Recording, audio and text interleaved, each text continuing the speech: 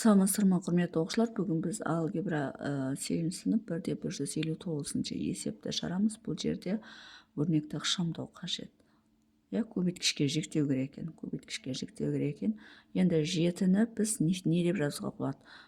Түбірасты 7 көбейту түбірасты 7 десек, бізде 7 шығады. Минус түбірасты 14-ті түбірасты 7 көбейту түбірасты 2 деп жазуға болады. Яғни плюс түбірасты 7 болады. Неге мен оның барлығын осылай түбірдің астына алып жаздым? Себебі барлығынан бірдей көбейткіш түбірасты 7, түбірасты 7, түбірасты 7 бар. Соны жақшаның сыртына шығарып жібереміз. Яғни түбірасты 7-ні жақшаның сыртына шығарып жүрсек, бізде мына жерде түбірасты 7 қысқарып кетеді. Бізде біріншіден түбірасты 7 қалады, минус мына жерден де түбірасты 7 кетеді, минус түбірасты 2 қалады, плюс түбірасты 7-ні түбірасты 7-ге бөлсек 1 қалады. Сонда бізде бірінші есеп не осылай көбейткішке жіктеледі. Түбірасты 7-ні жақшаның сыртына шығарып жүрсек, жақшаның ішінде түбірасты 7 минус түбірасты 2 плюс 1 қалады. Бұл бізде бірінші есеп. Енді екінші есепті шығарамыз. Екінші есеп түбірасты 6 қосу түбірасты 27 азайту түбірасты 18. Енді бұны тағы да көбейткішке жіктеуге болады. Түбірасты 6 қосу түбірасты 27-ні 9 көбейту 3 деп жазуға болады. Минус түбірасты 18-ті 6 көбейту 3 деп жазуға болады. Енді осы жерден түбірасты 6-ның өзін түбірасты 2 көбейту түбірасты 3 деп жазуға болады. Қосу түбірасты 9-ті түбірасты 9 көбейту түбірасты 3 деп жазуға болады. Азайту түбірасты 6 көбейту түбірасты 3 деп жазуға болады. Неге жеке-жеке жаздым? Бұл жерден де түбірасты 3 бар, мына жерде де түбірасты 3 бар, мына жерде де түбірасты 3 бар. Соны жақшаның сыртына шығарып жібереміз. Яғни ортақ көбейткіш қылып түбірасты шығарып жіберсек, бізде мына жерде түбірасты 3 қысқарып кетеді, түбірасты 2 қалады. Қосу мына жерде түбірасты 3 қысқарып кетеді, түбірасты 9 қалады. Азайту мына жерде түбірасты 3 шығып кетеді, қысқарып кетеді, минус түбірасты 6 қалады. Тең. Енді бұл жерден түбірасты 3 жақшаның сыртына шыққаннан кейін, мына жерде түбірасты 2-ның өзі болады. Түбірасты 9-дан 3-дің квадраты болғанда 3 шығады, минус түбірасты 6 болады. Сонда бұл бізде екінші есептің көбейткішке жіктелуі.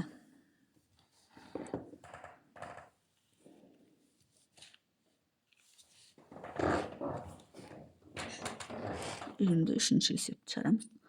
Түбірасты x квадрат минус y квадрат плюс түбірасты x плюс y. Енді бұл жерде x 0-ден үлкен, y де 0-ден үлкен деп тұр. Олай болатын болса, мына x квадрат минус y квадрат a квадрат минус b квадрат бойынша, яғни x плюс y көбейту x минус y деп жазуға болады. И плюс түбірасты x плюс y деп жазуға болады. Тең.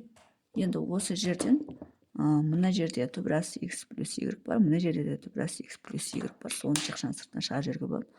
Түбірасты x плюс y-ді жақшаның сыртына шығарып жіберсек, мына жерде мынау кетеді де, мынаның өзін былай жазуға болады. Түбірасты x плюс y жеке-жеке, түбірасты x минус y деп жеке-жеке осылай көбейтуге болады. Арасы көбейту болатын болса, мына жер көбейту болады. Сонда түбірасты x плюс y шығып кетсе, қысқарып кетсе, онда түбірасты x минус y қалады. Плюс, енді түбірасты x плюс y-ді өз-өзіне бөлетін болсақ 1 қалады. Сонда бізде міне осылай көбейткішке жіктеледі. Бұл бізде үшіншісі. Енді төртіншісін шығарамыз.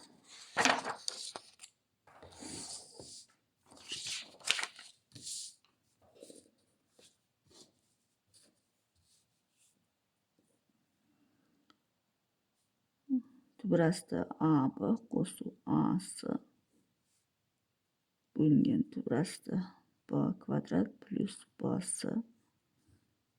Бұл жерде a-дан 0-ден үлкен, b-дан 0-ден үлкен, c-дан 0-ден үлкен, яғни барлығы оң сандар деп тұр. Енді бұны не істейміз? Тең. Түбірасты мына екеуінде де a болғандықтан a-ны жақшаның сыртына шығарамыз. b плюс c қалады. Минус түбірасты мына екеуінде де b болғандықтан b-ны жақшаның сыртына шығарамыз. b плюс c болады. Енді мынаны жеке былай көбейтуге болады. Түбір асты а көбейту түбір асты б плюс с деп көбейтуге болады. Минус түбір асты б көбейту түбір асты б плюс с деп көбейтуге болады. Тең. Енді осы жерден жеке көбейткеннен кейін бізде мынау ортақ көбейткіш қылып жақшаның сыртына шығарып жіберуге болады. Яғни түбір асты б плюс с-ны жақшаның сыртына шығарып жүрсек, мына жерде мынау қысқарып кетіп түбір асты а қалады. Минус мынау қысқарып кетсе түбір асты б қалады. Бұл бізде төртіншісі ма? Енді бесіншісін шығарамыз.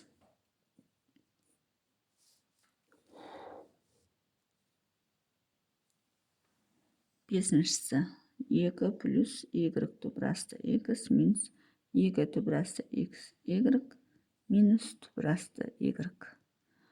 Енді бұл жерден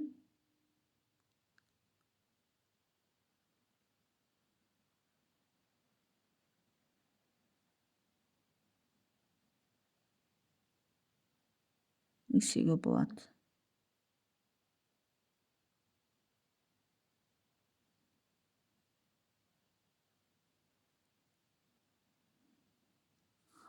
Бүйтейік.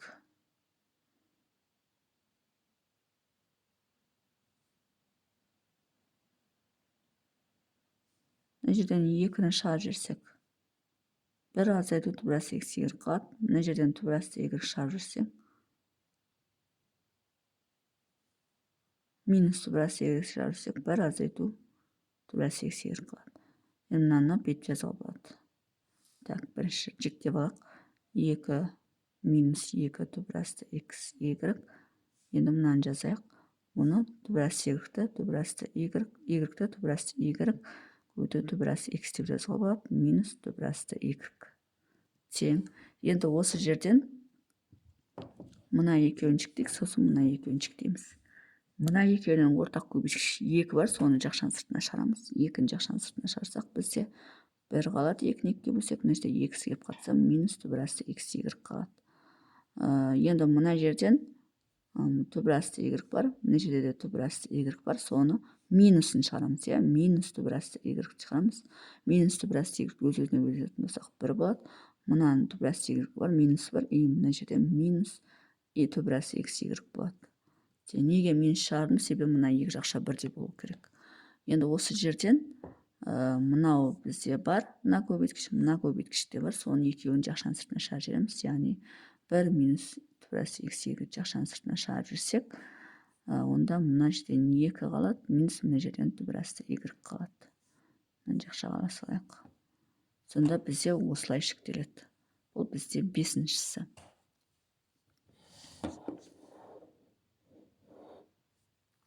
Енді алтыншысын шығарамыз. mn плюс m түбір асты m қосу n түбір асты n қосу түбір асты mn. Бұл жерде мына екеуінің m-ді шығарып жүрейік, мына екеуінің түбір асты n шығарып жүрейік. m-ді шығарып жүрсек, мына жерде n қалады, плюс мына жерде m кетсе, түбір асты m қалады. Қосу. Енді мына жерден түбір асты n-ді шығарып жүрсек, мына жерде n қалады. Қосу түбір асты n-ді шығарып жүрсек, түбір асты m қалады. Міне осылай шектеледі. Енді ол жерде мынау ұқсас, соны ортақ көбейткіш жақшаның сыртына шығарып жібереміз. n плюс түбір асты m. Олай болатын болса, мынау қысқарып кетсе, бізде мына жақта m қалады. Плюс мынау қысқарып кетсе, мына жерде түбір асты n қалады. Сонда бізде нешінші? 6-шы есеп осылай шектеледі. Сонымен есептің шығар жолы осындай. Егер есептің шығар жолы түсінікті болса, лайк басып, комментарий жазып, каналыма тіркеліп кетсеңіздер болады.